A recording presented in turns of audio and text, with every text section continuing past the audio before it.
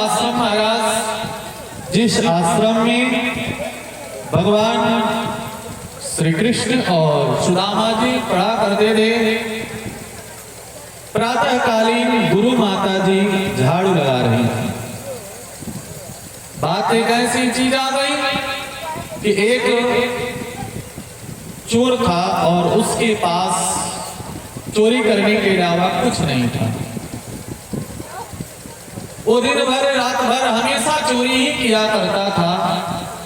ऐसे घर में चोरी करने गया कि जिस घर के लोग पूरे दरिद्र हो गए थे और कष्ट में पूरा जीवन व्यतीत कर रहे थे, उसके पास थोड़ी सी चना पोटली में बची थी, उसी को सुबह में खाता परिवार।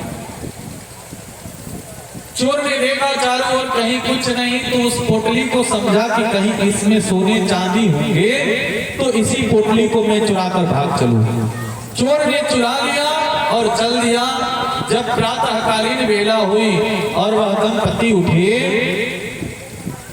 कि चना रखा होगा उसी को हम पा लेंगे और अपने कार्य पे पति को भेज देंगे। महाराज जब वह चना को देखने को गई तो ब्राह्मणी को चना वो मिला ही नहीं। बच्चे छोटे छोटे भूखे प्यासे तड़प रहे थे। उस समय उस ब्राह्मणी से, उस स्त्री के मुख से निकल गया कि मेरे घर से जो चना चुरा करके लेकर गया होगा, हे भगवान उसको हमेशा दरिद्र ही बना करके रखना। और यह श्राप दे दी। जब यह श्राप दी महाराज, अब चोर इधर से चले तो एक ने सुन लिया कि यह श्राप दे दी कि जो चोर लेकर के जो यह चुरा कर जाए वह क्या हो जाए, दरिद्र हो जाए। चोरों ने महाराज डर के मारे स्मृति गुरु जी की गुरुदेव के यहाँ उसे छोड़ दिया रात्रि में और छोड़कर भाग गए। सुबह माता जी झाड़ू लगा रही थी।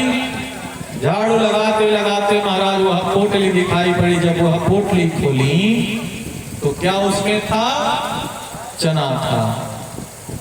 सुदामा जी ज्ञानी थे और सभी विद्यार्थियों में तेज विद्यार्थी थे। जब जब पूजा पाठ से उनको भूत भविष्य वर्तमान को याद रहता था।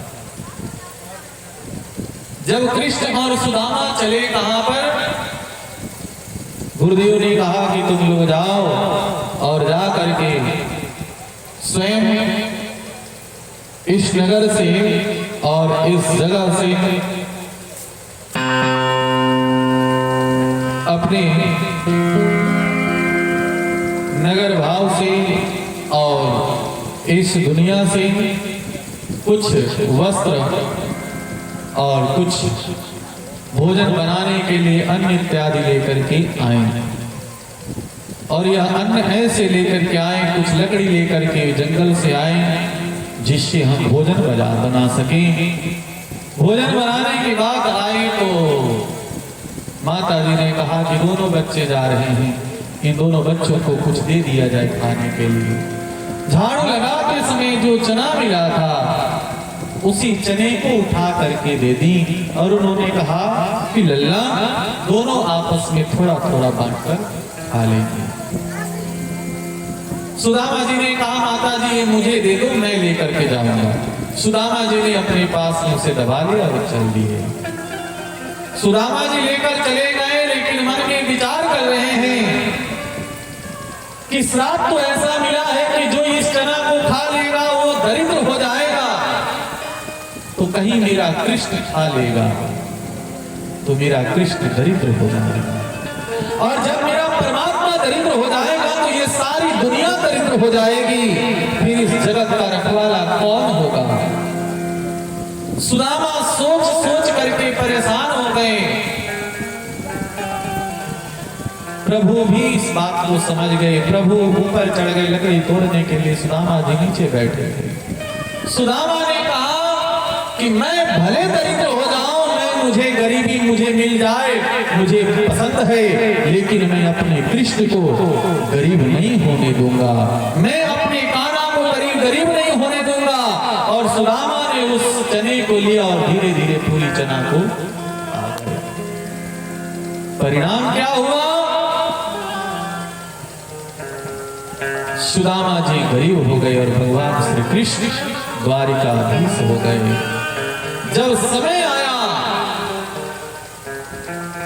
तो भगवान श्री कृष्ण इस बात को याद करके सुदामा के विवाह जो फटे थे, रो रो करके भगवान ने अपने आंख के आंसुओं से सुदामा जी के चरण को धुले कि धन्य है मित्र, तूने मेरे लिए अपने आप को गरीब बना लिया, लेकिन मित्र ये मेरा वादा है कि द्वारिकाधीश जिस तरह से महलों में है, मैं तुझे भी सुंदर सा महल दूंगा।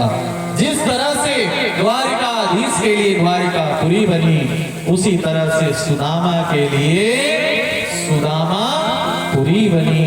बोलिए भक्त वत्सल भगवान